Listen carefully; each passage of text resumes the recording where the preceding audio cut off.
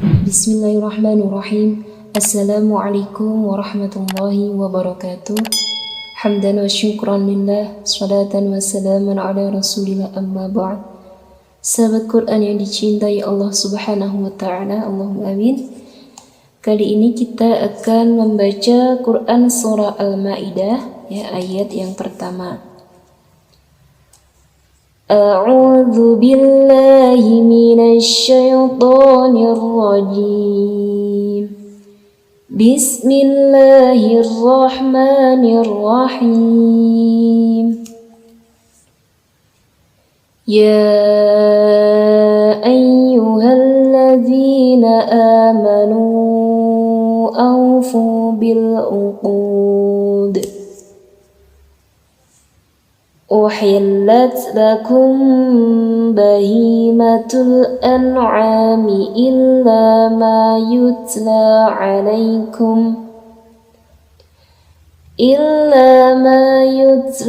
عليكم غير محل الصيد وأنتم حرم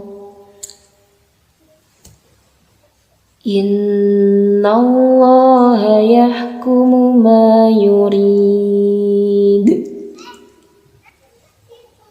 يا أيها الذين آمنوا أوفوا بالعقود. أحلت لكم بهيمة الأنعام إلا ما يتلى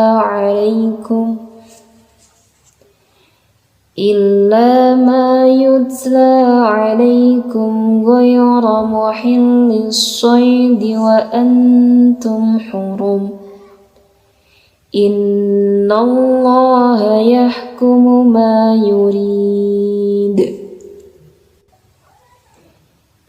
يا أيها الذين آمنوا لا تحلوا شعائر الله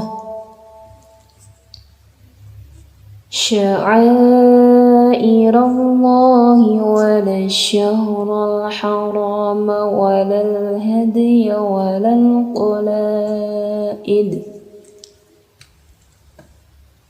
ولا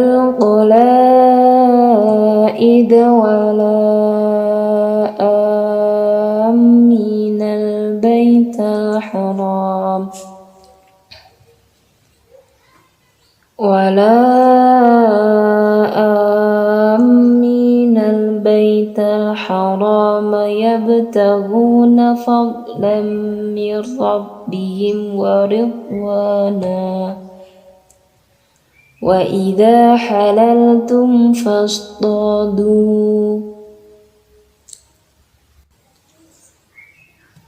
ولا يجرمنكم شنآن قوم أن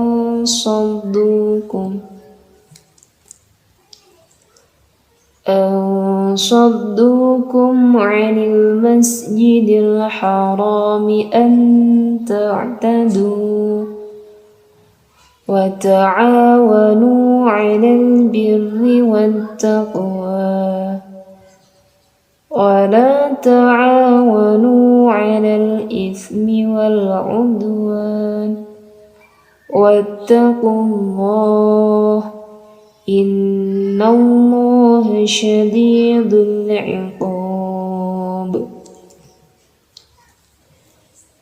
يا أيها الذين آمنوا لا تحلوا شعائر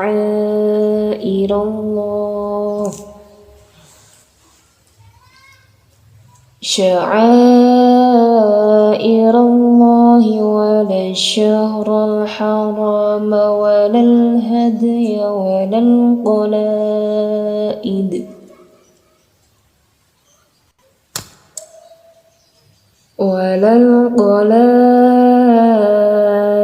ولا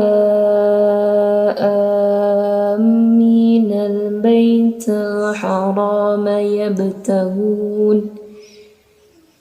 يبتغون فضلا من ربهم ورضوانا وإذا حللتم فاصطادوا ولا يجرمنكم شنآن قوم أن صدوكم عن المسجد الحرام أن تعتدوا وتعاونوا على البر والتقوى ولا تعاونوا على الإثم والعدوان واتقوا الله إن الله شديد العقاب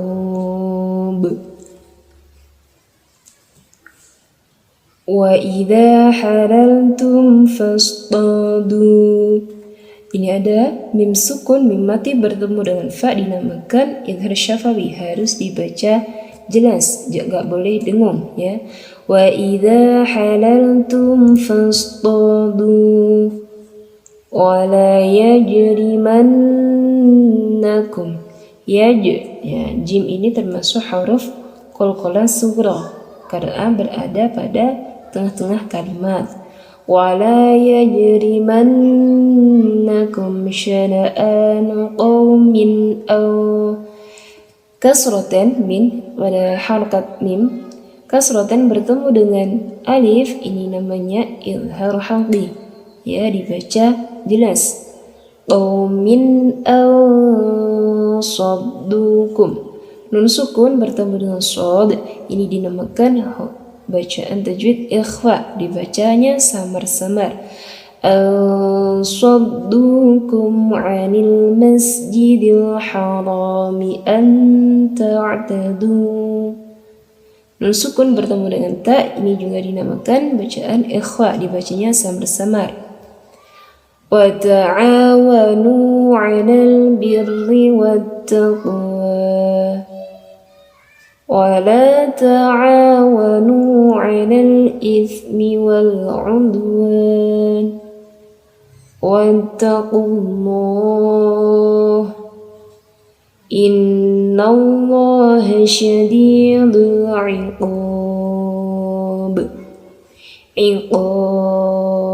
Al-iqab ini termasuk alif lamnya alif lam qamariyah, jadi alif lamnya terbaca.